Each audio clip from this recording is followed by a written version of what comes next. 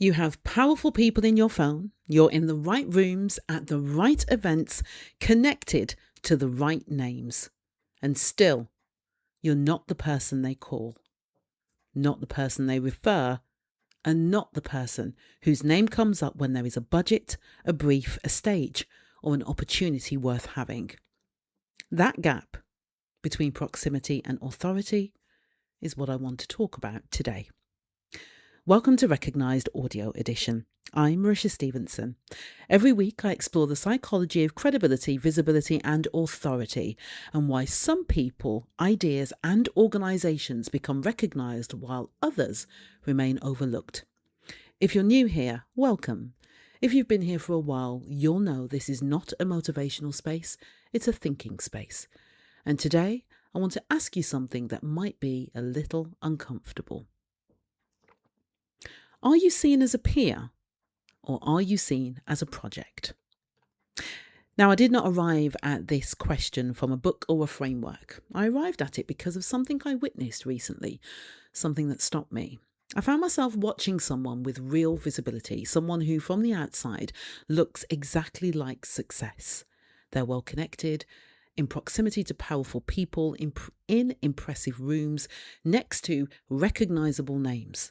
The kind of presence that reads as authority. And yet, I could see the hustle. Now, that's not in a judgmental way. Actually, it's in an extraordinarily familiar way. Because I know that hustle. I know what it feels like to be self-employed, to have bills to pay, to need income to move, not theoretically, but actually, to build the right rooms and still grinding in ways that the outside world cannot quite see. So when I saw it, I didn't think, who do they think they are or what are they doing? I thought, I recognise this. And then I asked myself something harder.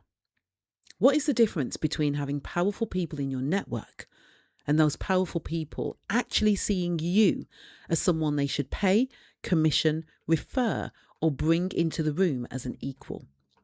Because those are not the same thing. Here's what nobody's saying clearly enough about modern professional life. Proximity has never been more achievable. We can connect with almost anyone. We can appear in rooms that previous generations could not have accessed. We can build networks of genuinely impressive people and document all of it in ways that signal momentum. And yet the opportunities are not following. And it's not because people are invisible. It's because they have become visible background noise. There's a particular kind of professional presence that signals proximity without signalling authority. It says, I'm here, I'm connected, and I'm engaged. But what it does not say is, I am the person you call. You can be known by impressive people and still not be known for something they are willing to buy. You can have access to authority and still not be perceived as authoritative. And that gap between being present and being consequential is where most professional strategies quietly fail. I've spent years in broadcasting. I've been in rooms where contributors get selected, where the question is not who is available, but who is trusted. And those decisions are not made carefully. Actually, they're made quickly, under pressure, by people trying to reduce their risk. The person who gets called is not always the most qualified person available. They're the person whose authority is already legible.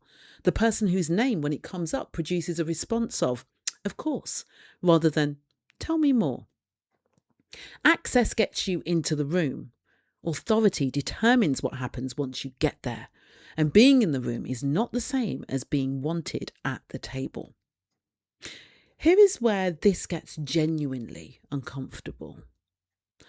Projects are not treated badly. That's what makes this so hard to see. Projects receive mentorship, encouragement, the warm, generous attention of people who believe in their potential, senior people taking an interest, doors being opened. But what projects don't receive is the call, the brief, the appointment, the referral that happens not because you asked, but because your name came up and someone said, of course, call her.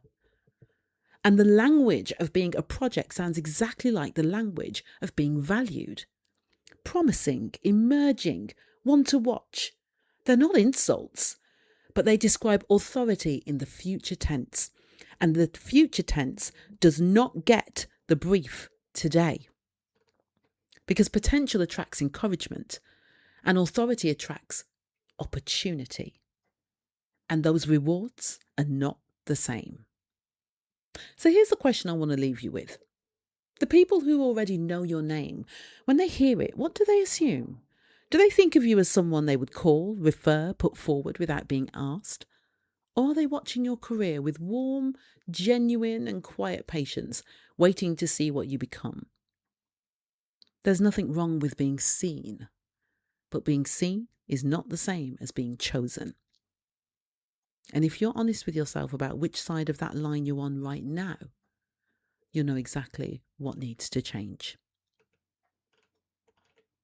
This is Recognised Audio Edition. I'm Marisha Stevenson.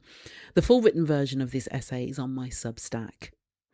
If this landed for you, share it with someone who needs to hear it. And if you're ready to close the gap between your visibility and your authority, the Media Impact Lab is where the work happens. You'll find the link in the show notes. Until next time, stay credible, stay visible, and most importantly, stay recognised.